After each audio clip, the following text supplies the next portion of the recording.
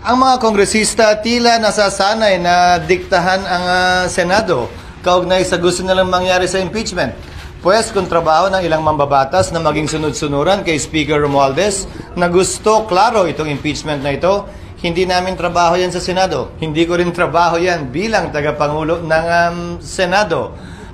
So, ang pagkakaintindi ko ay madaming procedural lapses na nangyari na labag sa Constitution.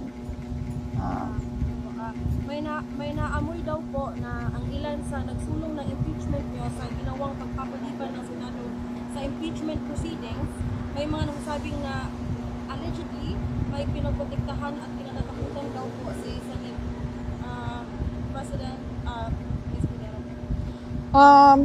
Well, sa pagkakilala ko naman kay Senate President Cheese Escudero ay hindi natatakot yon. In fact, isa siya doon sa mga, kasama ba siya sa Spice Boys? Hindi, pero ano ba? Impeachment ni GMA. Yes, no? Yes. Oh yes, there was a group called Spice Boys at the time sa House of Representatives, 'di ba? Yung mga matatapang na mga mga batang congressman. Parang kasali siya doon. But sa impeachment po, siya yung minority floor leader. Yeah, so anyway, yes, we do not remember him I do not know him na natatakot na klase na politiko. So, hindi ko lang alam saan nanggagaling yung sinasabi na takot si Senator Cheese Escudero. Hindi ko alam saan galing yan. May mga congressman who are saying na natatakot na daw, pinoproteksyonan yung si Vice President sa Duterte kaya na-atras yung impeachment proceedings. Ano pong sagot po? Siguro napatunayan ko na yan sa tagal ko sa pananilbihan sa pamahalaan na hindi ako gumagalaw at nagpapasya base sa anumang takot. Ika nga sa Biblia, do it always afraid. At sinabi na rin naman ni Vice President Sara na hindi siya sang-ayon sa mga pananaw na yan. Okay, sir, kasi kanina rin meron kayong natakot na parang hindi kayo sinusunuran? Ang mga kongresista tila nasasanay na diktahan ang Senado kaugnay sa gusto nilang mangyari sa impeachment. Pues kung trabaho ng ilang mambabatas na maging sunod-sunuran kay Speaker Romualdez na gusto klaro itong impeachment na ito, hindi namin trabaho yan sa Senado. Hindi ko rin trabaho yan bilang tagapangulo ng Senado. Para sa akin, gagampanan namin ang aming tungkulin ayon sa aming paniniwala na tamang proseso na naaayon sa batas. Nung inupuan nila na mahigit 2 buwan itong impeachment complaint, may narinig ba sila sa amin? Nakalagay din sa rules nilang immediately ibibigay ng SecGen yung impeachment complaint sa Speaker. Hindi nila ginawa yun sa loob ng mahigit 2 buwan. May narinig ba silang reklamo sa amin? Ginalang namin ang kanilang pasya, proseso at pagdidesisyon. Yan sana ang inaasahan ko rin sa kanila. Subalit maging ganun pa man, hindi ko pwede silang gawin, piliting gawin o hindi gawin ng partikular na bagay. Gayon din sila. Kung nais nila maging sunod-sunuran sa gusto ng kanilang speaker, pues hindi po namin trabaho yan. Sir, bakit sa tingin ninyo may ganong posisyon si Speaker? What is it? Siguro naman, klaro naman yun nung simula't simula na wala namang magaganap at mangyayari sa Kamara, lalo na't ganong karaming boto kung hindi yan sinang-ayunan ng Speaker ng Kamara. But what would be his motive? Hindi para sa akin na sabihin yan. Siguro para na yan sa mga magaling sa mga political na analysis kaugnay ng kasalukuyang sitwasyon at darating na panahon. Pero klaro, ang Senado ay hindi sunod-sunuran sa Kamara kaugnay sa anumang bagay. Kabilang na ang impeachment, anuman ang ingaw-ngaw o sabihin nila. Sir, for the record, kanina po kasi merong umikot sa social media na resolution supposedly dismissing the articles of impeachment against the Vice President. Ano po ang status kung meron mang ganung dokumento dito sa Senado? Walang ganong uri ng resolusyon na final o pending sa Senado sa ngayon. Ano mang kumakalat na resolusyon na wala namang author na pinakita lamang din sa akin ng media ay ika nga mere scrap of paper unless may mag-file niyan, unless may mag-author niyan, unless pagdebatihan niyan at unless pagbotohan niyan. As of last night, even this morning, tinanong ko dahil sa mga katanungan ng media, wala pong ganyang uri o parehong resolusyon na i-final o inihain sa Senado sa ngayon. Kaya wala kaming aaksyon ng resolusyon pareho o kaugnay o malapit sa lumalabas ngayon. Sir, pero marami pa namang araw bago ang end of session. Actually, 4 na lang. Kung may mag-file, action ang gano'n. Kung may magmomosyon, na-aksyonan yan, pagdedebatihan yan at pagbobotohan. Pero kung walang mag-file, wala kaming aaksyonan. Sinabi ko na yan dati. The Senate is a deliberative body whose plenary is supreme. Ano mang ginagawa namin, pinapadaan sa botohan. Na walang sinabing pagbotohan to dahil tinatanong naman palagi, any objection?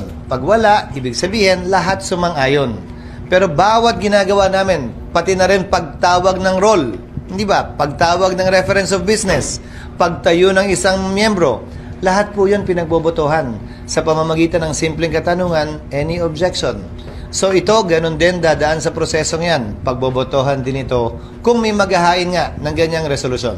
Sir, kung wala, anong mangyayari sa June 11? Kung wala, ang mangyayari sa June 11 ay yung prosesong nakatalaga sa aming rules kung saan babasahin ng mga prosecutors yung articles of impeachment, magko-convene ang Senado, susumpa ang mga mahistrado, mag-i-issue ng summons. Hanggang dun lamang ang pwedeng magawa ng kasalukuyang Kongreso kaugnay niyan. Hindi na nasayang ang suot.